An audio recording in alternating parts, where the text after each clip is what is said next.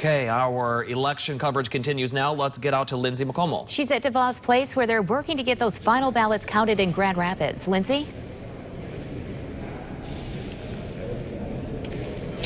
Hey, Emily and Tom. Yeah, so we're seeing a little bit more activity than when we last checked in 30 minutes ago. For a while here, we didn't really see the tabulators actually up and running. What you see right now behind me, though, is it does appear that they're at least preparing more to be sent through the tabulators here. Once again, the city of Grand Rapids seeing more than 59,000 absentee votes turned in for this election. Now, over to the left here, and one of the big things that's happening right now that's somewhat prolonging this process is that every time a ballot goes through that tabulator, there's a chance that it's flagged. Means there's some sort of irregularity. Someone may have, not fully marked in the oval.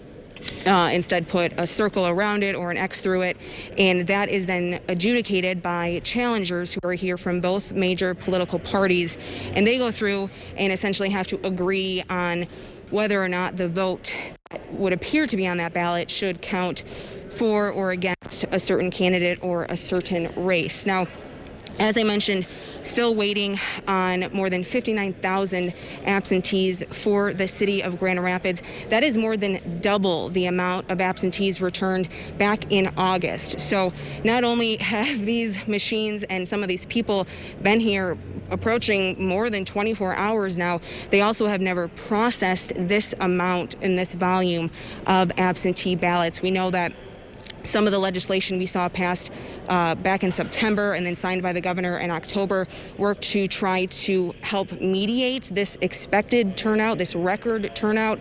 We know that the city of Grand Rapids specifically had 10 hours on Monday to pre-process, meaning prep some of these absentee ballots. They didn't have all of them, though, and they also were able to bring in shifts for the absentee counting board here, which thankfully, they had that option, because I don't know how anyone would still be functioning if they, worked all the way through until all of this is done and tabulated.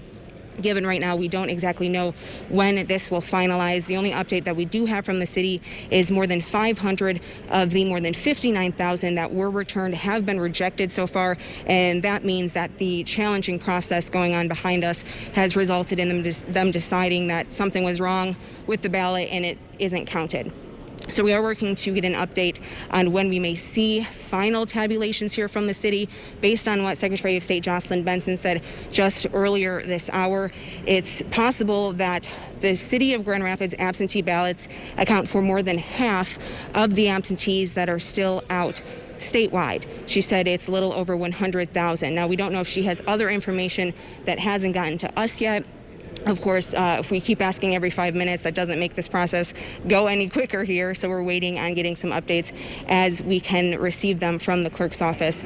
So it's possible Grand Rapids really will have an even bigger impact in how those results end up potentially tipping the results one way or another specific to the presidential race. So we'll stay here and keep you posted on how things are going. Back to you. Now, Lindsay, what is the mood in the room? As you've said, these people have been there for a very long time. Is there fatigue? Is there frustration this is taking so long?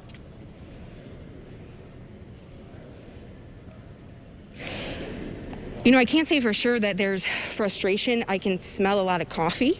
We know that a lot of people have been making coffee runs. We've seen some of the workers. I spoke to two twins who actually were here Monday and then came back and worked all yesterday and overnight and left about 10:30 this morning. They had bandages on their fingers just from the amount of work that they were doing with their hands to process these ballots and try to get them through the tabulators as quickly as possible. I know one frustration they have seen specifically is that the tabulators at one point were jamming a little bit.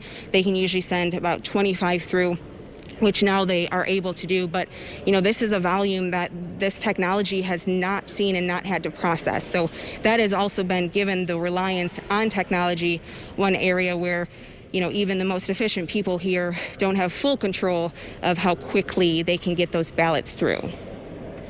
It's all up to the machines at some point. And coffee's helped a lot of us today, too. Oh, for sure. Lindsay McComal, thank you. Let's continue our team coverage now with Joe LaFurgey. He's at the Kent County Clerk's office. Joe?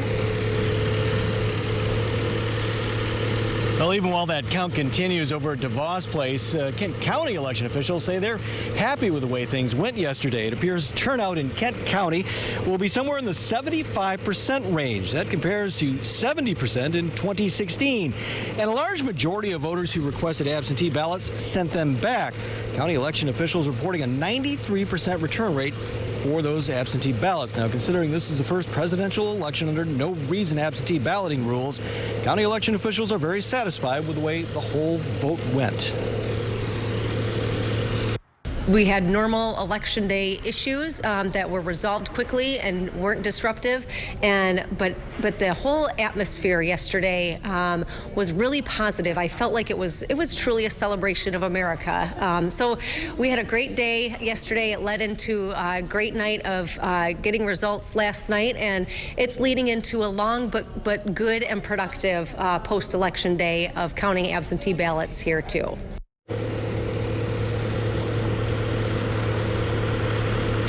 Now, among the communities with the highest turnout, East Grand Rapids over 83%. Live in Grand Rapids, Joe LaFurgey, News 8.